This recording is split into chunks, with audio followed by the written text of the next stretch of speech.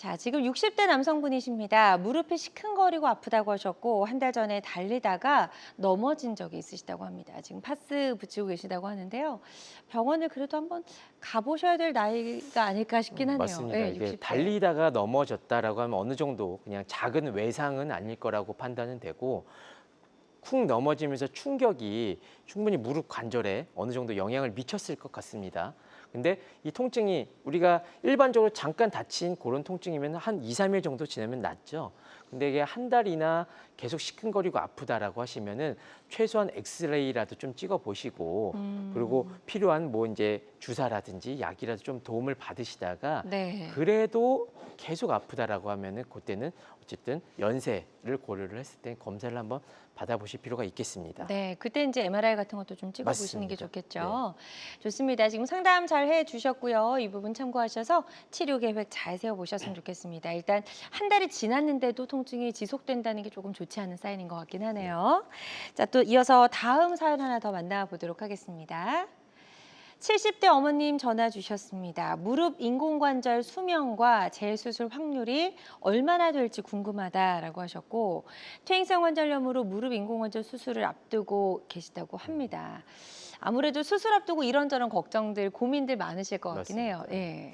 일단은 이제 인공관절이라는 것도 기술이 개발이 되다 보면은 최근에는 이제 1세대, 2세대에 거쳐서 3세대 인공관절까지 나온 상태고 그런 3세대 관절 같은 경우에는 관절을 구부렸다 폈다가 더 부드러워지면서 무릎 내부에 크게 이제 많이 안 좋은 영향을 최대한 줄이는 그런 기술로 이렇게 많이 개발이 됐는데 네. 그래서 최근에는 평균 수명, 인공관절 평균 수명을 한 15년, 20년 정도는 봅니다. 그러니까 평균이기 때문에 그보다 조금 더 짧게 쓰시는 분들도 있겠고 그렇죠. 그보다 훨씬 더 오래 쓰시는 분들도 있습니다. 네, 평균 수명이라는 거는 우리나라의 데이터뿐만이 아니고 전 세계적인 데이터니까 그렇게 알고 계시면 될 것 같은데 재치환 같은 경우는 이제 그냥 섣불리 재치환을 선택을 하지는 않고 재치환 같은 경우는 이제 인공관절이 마모가 심하거나 아니면은 균이 들어간 염증이 생겼거나 그런 경우에만 인공관절 재치환술을 하기 때문에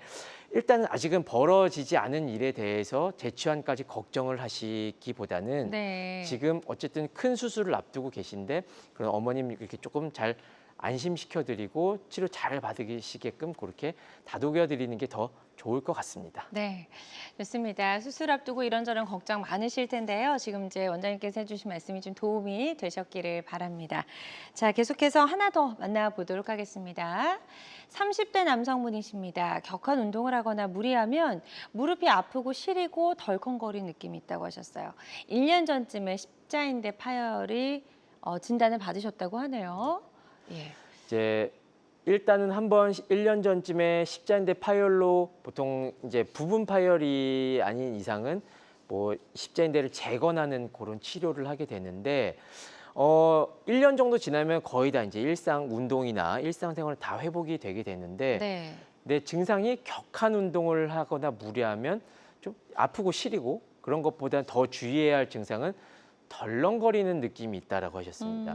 인대라는 거는 이제 그걸 덜렁거리지 말라고 저희가 십자인대 재건술을 해놓은 거기 때문에 저렇게 덜렁거리는 증상이 있다고 하면은 뭐 재건술을 했던 인대가 혹시 다시 끊어졌을 경우들도 있겠고 아니면 조금 늘어져서 그렇게 있는 경우들도 있기 때문에 저런 경우라면 저는 십자인대를 다시 한번 좀 확인을 해보라고 말씀을 드리고 싶고요. 네. 그래서 만약에 다시 파열이 돼 있다라고 하면은 그런 경우에는 어쩔 수 없이 다시 한번 그 십자인대 수술을 하셔야 될 수도 있겠습니다. 네, 좋습니다.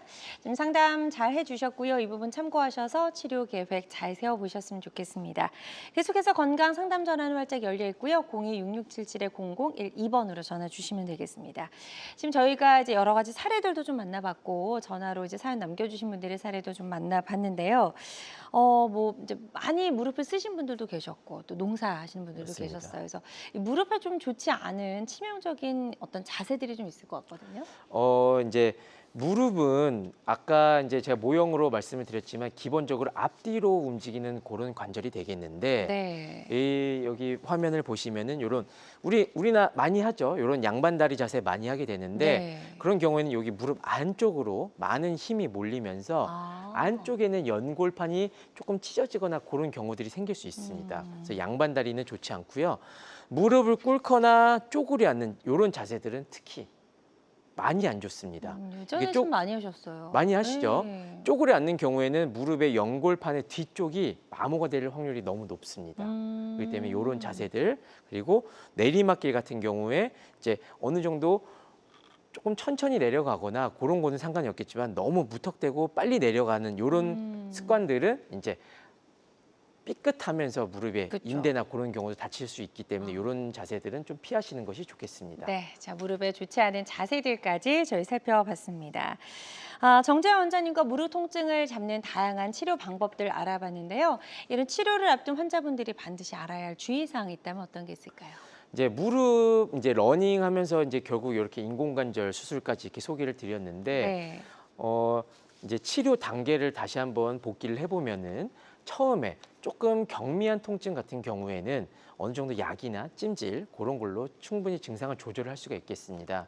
하지만 무릎은 이제 퇴행성 관절염이라는 거는 한번 진행되면 역행하기가 참 쉽진 않습니다. 그렇죠. 아무리 양질의 줄기세포를 쓴다고 하더라도 역행하는 게 참 어렵기 때문에 그런 초기 치료를 함에도 불구하고 계속 좀 무릎이 불편하고 증상이 남아 있는 것 같고 그렇다라고 하시면 그런 경우에는 꼭 한번 좀 병원을 방문하셔서 어차피 100세 시대인데 오랫동안 써야 되는 무릎 건강하게 쓰시는 게 중요하다고 생각이 듭니다. 네, 좋습니다.